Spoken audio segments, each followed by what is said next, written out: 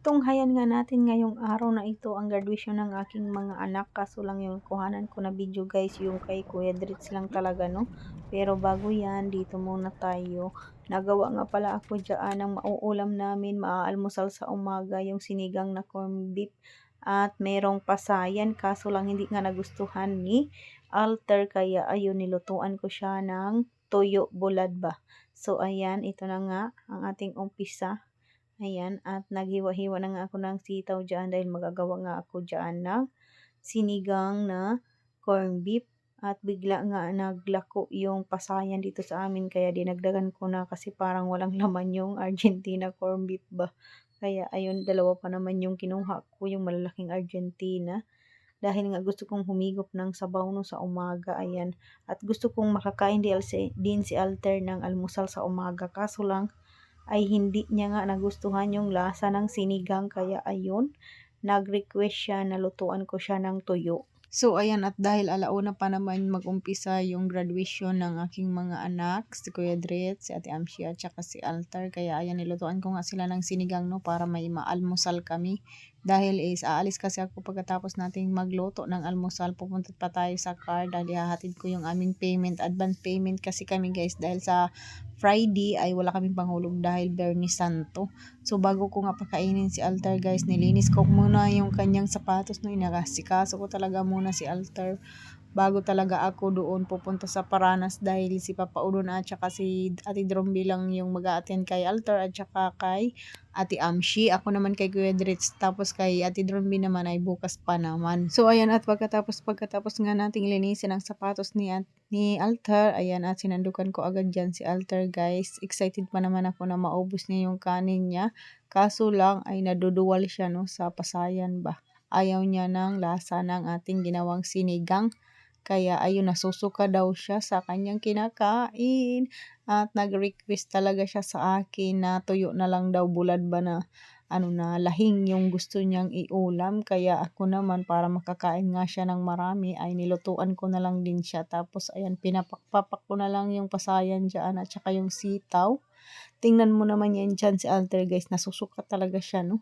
At naduduwal talaga siya. Ayaw niya yung lasa ng ating sinigang na mayroong corned beef at saka yung may pasayan. Ayan, hinalo ko na nga lang yung pasayan dyan kasi minsan nagre-request talaga yan si Alter na pasayan yung ulam niya. Tapos ayun, nagsuka sa labas no at naghugas nga siya ng kamay doon sa kusina. At saka ayun, pinapak ko na lang yung pasayan dyan at saka yung sitaw at inano ko na lang. Kinain ko na lang dahil nga nasusuka siya. Tapos bulad na lang daw yung iuulam niya. Kung alam ko lang dyan na ayaw niya ng pasayan, hindi na lang sana ako bumili.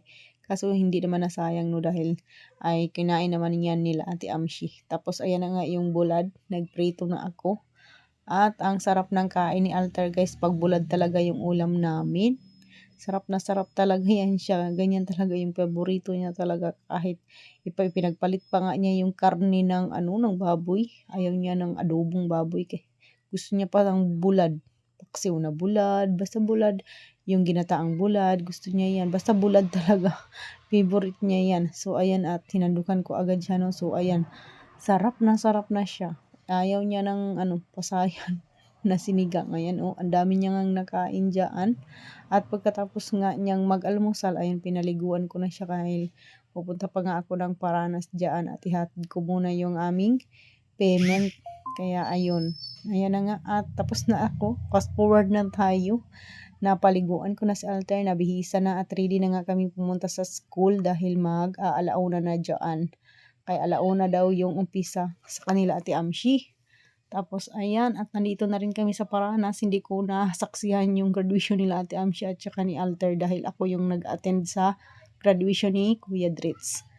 Ayan, at ang tagal nga nag-umpisa na ang kanilang graduation nila Kuya Dritz, alas 2 na no dahil merong ang bisitang inaantay, hindi naman dumating. Kaya ayan, inumpisahan na kahit hindi pa dumadating yung bisita. Dahil napakainit nga dyan, dahil alas 2 o diba ang mga estudyante, buti na lang talaga ay hindi kami doon sa pinakadulo. Kawawa talaga kanina guys, yung napakadulo talaga at pinakalas talaga na section. So ayan, at inantay ko lang talaga dyan na matanggap ni Kuya Dritz yung kanyang diploma at wala naman yan siyang award.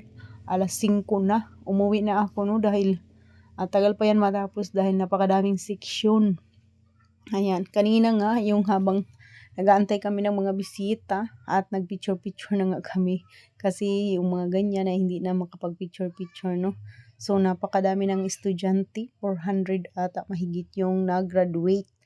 Kaya matagal talaga matapos yung kanilang awarding. So ayan, dahil tapos naman yan dyan si Kuya Dritz, nantay ko lang talaga na tawagin siya at matanggap niya yung kanyang diploma.